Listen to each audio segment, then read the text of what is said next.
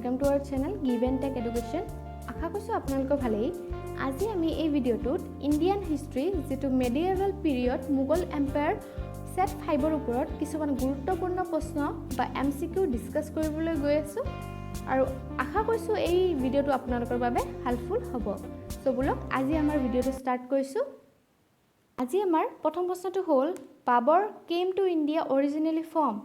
বাবৰে ভাৰতত কৰ পৰা আহিছিলে অৰিজিনেলি সুধিছে। তাৰে কাৰেক্ট আনসাৰটো হ'ব অপশন বি, ফাৰগানাৰ পৰা বাবৰে ভাৰতত পোনপ্ৰথমবাৰৰ বাবে ভাৰতত আহিছিলে। ওকে,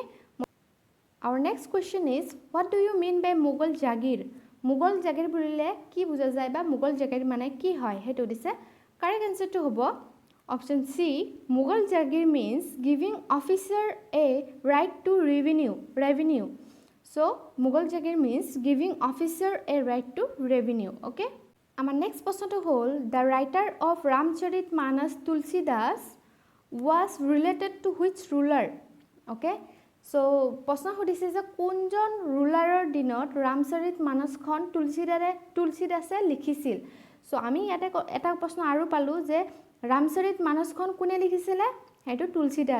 তুলসীদাস। সো এটো কোৱেশ্চন আহে এক্সামত যে ৰামচৰিতমানসখন কোনে লিখিছিলে। সো এটো হ'ব তুলসীদাস। ওকে, আৰু এই তুলসীদাসে যেটো ৰামচৰিতমানস লিখিছিলে কাৰ দিনত লিখিছিলে, কোন ৰুলাৰৰ দিনত লিখিছিলে, হেতু কাৰেক্ট আনসাৰ হ'ব অপশন এ, আকবৰ যিজন মুঘল শাসক মানে মুঘল ৰুলাৰ আছিল সেই মুঘল ৰুলাৰৰ দিনত আকবৰৰ দিনত লিখিছিলে তুলসীদাসে। ওকে, আমাৰ নেক্সট প্ৰশ্নটো হ'ল during the Mughal rule in India tobacco was the first cultivated in. মানে সুধিছে যে মুঘলসকলে ভাৰতত শাসন কৰি থকা সময়ত পোনপ্ৰথমে ক'ত টবাকো বা ধূম্ৰপান বা টবাকৰ খেতি কৰা হৈছিলে হেতু দিছে। কাৰেক্ট আনসাৰটো হ'ব অপশন এ, গুজৰাটত পোনপ্ৰথমবাৰৰ বাবে টবাকৰ খেতি কৰা হৈছিলে। ওকে, আৰু কাৰ দিনত কৰা হৈছিলে, এইটো মুঘল যদি সুধি দিয়ে যে কোন মুঘল ৰুলাৰৰ দিনত এই টবাকো খেতিটো কৰা হৈছিলে হেতু হ'ব আকবৰ। মনত ৰাখিব আকবৰৰ দিনত আৰম্ভ কৰা হৈছিলে আৰু এইটো 1613ত। ওকে, মনত ৰাখিব এইটো কাল্টিভেট কৰা হৈছিলে টবাকোটো আৰু ক'ত কৰা হৈছিলে পোনপ্ৰথম গুজৰাটত। Our next question is in which year did the battle of Khanwa take place? খানুৱা যুদ্ধটো বা যুদ্ধখন কোন ইয়াৰত হৈছিলে হেতু দিছে। কাৰেক্ট আনসাৰটো হ'ব অপশন বি, 1527ত বেটেল অফ খানুৱা বা খানুৱা যুদ্ধটো হৈছিলে। ওকে, আৰু এই 1527ত যেটো খানুৱা যুদ্ধ হৈছিলে কাৰ মাজত হৈছিলে, ৰাণা সাংগা আৰু বাবৰৰ মাজত হৈছিলে। মই ইয়াতে নামটো লিখি দিছো, ৰাণা সাংগা এণ্ড কাৰ মাজত, বাবৰ। কোনটো যুদ্ধ, এটো হ'ল বেটেল অফ কানুৱা যেটো 1527ত হৈছিলে। Okay, our next question is Upanishads were translated into Persian during the reign of. So প্ৰশ্ন সুধিছে যে কাৰ ৰাজত্ব কালত বা কাৰ দিনত উপনিষদবোৰ পাৰ্চিয়ান ভাষাত বা পাৰ্চিয়ান ল্যাঙ্গুৱেজত অনুবাদ কৰা হৈছিলে বা ট্ৰান্সলেট কৰা হৈছিলে হেতু দিছে। কাৰেক্ট আনসাৰটো হ'ব অপশন এ, শাহজাহানৰ ৰাজত্ব কালত উপনিষদবোৰ পাৰ্চিয়ান ভাষাত অনুবাদ কৰা হৈছিলে। আমাৰ নেক্সট প্ৰশ্নটো হ'ল নাদিৰ শাহ raided India during the reign of. মানে নাদিৰ শাহ কাৰ শাসনকালত ভাৰতত যুদ্ধ বা আক্ৰমণ কৰিছিলে হেতু দিছে। কাৰেক্ট আনসাৰটো হ'ব অপশন ডি, মোহাম্মদ শ্বাহৰ শাসনকালত নাদিৰ শাহে ভাৰতত কি কৰিছিলে, আক্ৰমণ কৰিছিল বা যুদ্ধ কৰিছিল। আৰু এটা কথা যেটো ভাৰতৰ আটাইতকৈ মূল্যৱান যেটো সম্পদ বা হীৰা আছে যেটো কি হয় কোহিনুৰ হীৰা ন, সেই কোহিনুৰ হীৰাটো এই নাদিৰ শাহে লুটি লৈ গৈছিলে। ওকে, মনত ৰাখিব। আমাৰ নেক্সট প্ৰশ্নটো হ'ল which ruler introduced the silver coin rupia in 16th century? So কোনজন শাসনে বা কোনজন শাসকে 16th century বা শতাব্দীত সিলভাৰ কইন যেটো ৰুপিয়া আছে সেই ৰুপিয়াটো ইন্ট্ৰোডিউস কৰিছিল। ওকে, সো কাৰেক্ট আনসাৰটো হ'ব অপশন বি, শ্বেৰ শাহ চুৰীয়ে কি কৰিছিলে 1541ত, মনত ৰাখিব চনটো 1541ত শ্বেৰ শাহ চুৰীয়ে যেটো 1 ৰুপিয়া আছে, 1 ৰূপৰ যেটো কইন আছে হেতু কি কৰিছিল silver coin they only coin নহয় যেটো 1 रुपया সিলভাৰ কইন হেতু প্ৰচলন কৰিছিল কেতিয়া 1541 বাট এটা কথা মই আৰু এডিশনালি কৈছো সিলভাৰ কইন যেটো আছে অকল সিলভাৰ কইন হেতু পোন প্ৰথমে কোনে প্ৰৱৰ্তন কৰিছিল হেতু হল চন্দ্ৰগুপ্তা 2 বা চন্দ্ৰগুপ্তা 2 বুলি কলে কাক জানো বিক্ৰমাদিত্য যেটো আছে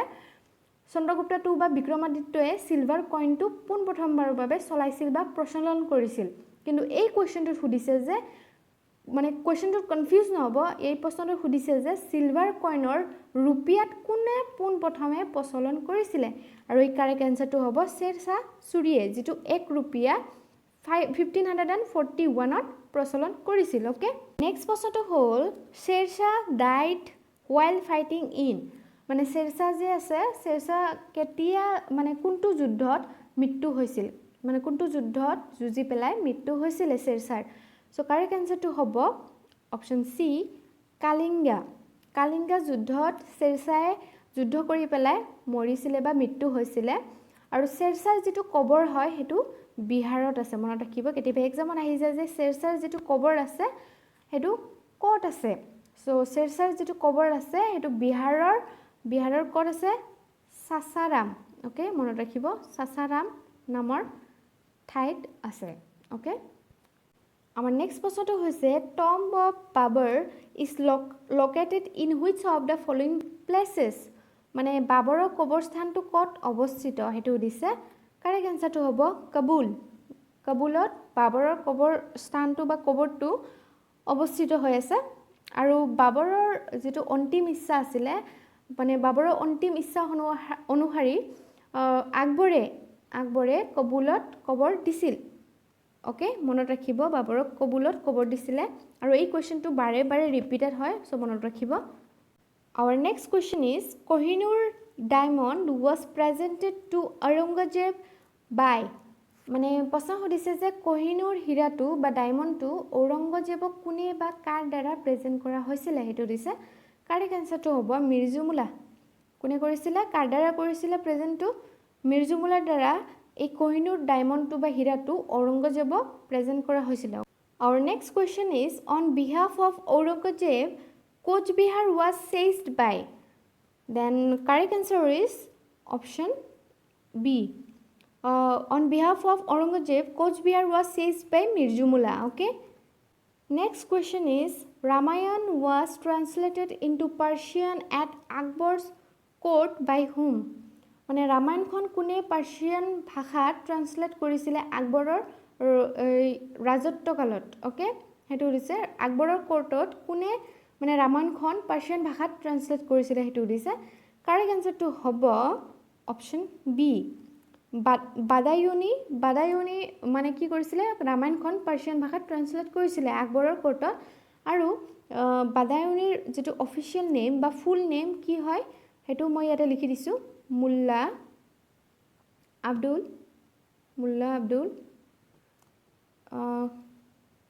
কিউদিৰ মুল্লা আব্দুল কিউদিৰ বাদায়ুনি কয় কিছু মানে বাদায়ুনি বা বাদায়ুনি হয় সো বাদায়ুনি বা বাদায়ুনি কি কৰিছিল আকবৰৰ কোৰ্টৰ যিজন আছিল হেতু ৰামায়ণখন পাৰ্চিয়ান ভাষাত ট্ৰান্সলেট কৰিছিল Our next question is Razia Sultana the first woman to sit on the throne of Delhi was the daughter of Sultan আমি সকলোৱে জানো যে ৰেজিয়া সুলতান মানে দিল্লীৰ ৰাজসিংহাসনত বহা প্ৰথমজন মহিলা কোন আছিল ৰেজিয়া সুলতানা তেওঁ প্ৰশ্ন কৰিছে যে এও কাৰ পুত্ৰী বা ডটাৰ আছিল কোনজন সুলতানৰ তো কাৰেক্ট আনসাৰ হ'ব অপচন এ ইলতুৎমিছ সুলতানৰ কি আছিল ডটাৰ বা পুত্ৰী আছিল ৰেজিয়া সুলতানা সো ৰেজিয়া সুলতানাই কেতিয়া ৰাজসিংহাসনত বহিছিল এটা কথা মনত ৰাখি দিব এক্সামত আহে কেতিয়াবা ৰেজিয়া সুলতানা দিল্লীৰ প্ৰথম ৰাজসিংহাসনত as a women first women আছিল কিমান চনত বহিছিল 1236 ত দিল্লীৰ ৰাজসিংহাসনত বহিছিল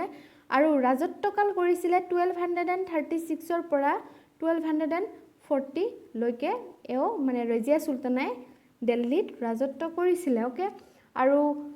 ৰেজিয়া সুলতানাৰ যেটো অফিচিয়েল নেম হল ৰেজিয়া সুলতানাৰ অফিচিয়েল নেম মই এখানে লিখি দিছো জালালাত JALA জালালাত-উদ্দিন ৰেজিয়া ওকে এটো অফিচিয়েল নেম হয় মনত ৰাখিব Our next question is Humayun received the Kohinoor diamond from So হুমায়ুনে কাৰ পৰা কোহিনুৰ ডায়মণ্ড বা হীৰাটো গ্ৰহণ কৰিছিলে ৰিসিভ কৰিছিলে হেতু দিছে কাৰেক্ট আনসাৰটো হ'ব option C the ruler of Gwalior মানে ৰুলাৰ অফ গোৱালিয়ৰৰ পৰা মানে হুমায়ুনে কোহিনুৰ ডায়মণ্ডটো হীৰাটো গ্ৰহণ কৰিছিলে ওকে আমাৰ নেক্সট প্ৰশ্নটো হ'ল Elizabeth was contemporary of which Mughal ruler মানে এলিজাবেথ কোনজন মুঘল ৰুলাৰৰ মানে মুঘল শাসকৰ বা মুঘল ৰুলাৰৰ সমসাময়িক আছিল সো কাৰেক্ট আনসাৰটো হ'ব অপশন বি মানে এলিজাবেথ মুঘল ৰুলাৰজনৰ কোনজনৰ কাৰ সমসাময়িক আছিল আকবৰ ৰুলাৰজনৰ সমসাময়িক আছিল আমাৰ নেক্সট প্ৰশ্নটো হৈছে what was the official language within the court of Mughal empire So Mughal সাম্ৰাজ্যৰ কোৰ্টত কি ভাষা ব্যৱহাৰ কৰা হৈছিল হেতু আমি সকলোৱে জানো তাৰ কাৰেক্ট আনসাৰটো হ'ব অপশন সি পাৰ্চিয়ান মুঘল সাম্ৰাজ্যৰ কোৰ্টত কি ভাষা ইউজ কৰা হৈছিল পাৰ্চিয়ানটো আৰু এই প্ৰশ্নটো বাৰে বাৰে ৰিপিটেড হয় আমাৰ নেক্সট প্ৰশ্নটো হৈছে দ্য ফেমাস জামা মছজিদ of Delhi was built by So প্ৰশ্ন সুধিছে যে জামা মছজিদ যেটো দিল্লীত আছে হেতু কোনে বনাইছিলে হেতু দিছে সো এই প্ৰশ্নটোত আমি আৰু এটা বস্তু জানিব পাইলো যে জামা মছজিদটো কত সিটুয়েটেড বা লোকেটেড হৈ আছে হেতু হল দিল্লীত ওকে আৰু এই প্ৰশ্নটো সুধিছে যে দিল্লীত থকা জামা মছজিদটো কোনে বনাইছিলে তো কারেক্ট আনসারটো হ'ব অপশন ডি শাহজাহানে জামা মছজিদটো কোনে বনাইছিলে শাহজাহানে বনাইছিলে কেতিয়া বনাইছিলে জামা মছজিদটো বনাইছিলে 1656 এডিট মনত ৰাখিব 1656 এডিট আমাৰ নেক্সট প্ৰশ্নটো হ'ল who among the following was an illiterate মানে তলৰ কোনজন মুঘল সম্ৰাট ইলিটাৰেট বা অশিক্ষিত আছিল অশিক্ষিত হয় তলৰ কোনজনৰ ভিতৰৰ কোনজন অশিক্ষিত হয় হেতু দিছে কাৰেক্ট আনসাৰটো হ'ব অপশন বি আকবৰ হ'ল মুঘল সম্ৰাটৰ ভিতৰত আটাইতকৈ অশিক্ষিত ৰুলাৰ আছিল আৰু যদি কেতিয়াবা এক্সাম সুধি দিয়ে যে মুঘল সম্ৰাটৰ ভিতৰত কোনজন আটাইতকৈ লিটাৰেট আছিল বা শিক্ষিত আছিল তাৰে কাৰেক্ট আনসাৰটো হ'ব অপশন এটো ঔৰংগজেব হ'ব লিটাৰেট ঔৰংগজেব হলে কি হ'ব লিটাৰেট হ'ব So 20 number প্ৰশ্নটো হ'ল between which of the following pairs was the battle of Haldighati fought So এই প্ৰশ্নটো মই আগৰ ভিডিওটো যেটো সেট 4 আছিল মুঘল এম্পায়াৰৰ সেই ভিডিওটোত মই প্ৰথম কোৱেশ্চনটোতে এই কোৱেশ্চনটো লৈছিলো কিন্তু মই অপশনটো মানে টিক কৰতে মোৰ সিৰ জগাত মানে ডিৰ জগাত সি টিক কৰি দিছিলো সো এই প্ৰশ্নটোত কি সুধিছিলে যে তলত উল্লেখ কৰা কাৰ মাজত হালদিঘাটি যুদ্ধটো হৈছিল সো কনফিউজ নহব আগৰ ভিডিওটোত বহুতে কমেন্ট কৰিছিলে মোৰ অলপ মিস্টেক হৈ গৈছিলে সো কাৰেক্ট আনসাৰটো কোনটো হ'ব কাৰেক্ট আনসাৰটো হ'ব option D Akbar and Maharana প্ৰতাপৰ মাজত এই বেটেল অফ হালদিঘাটি যুদ্ধটো হৈছিল কেতিয়া হৈছিল ইন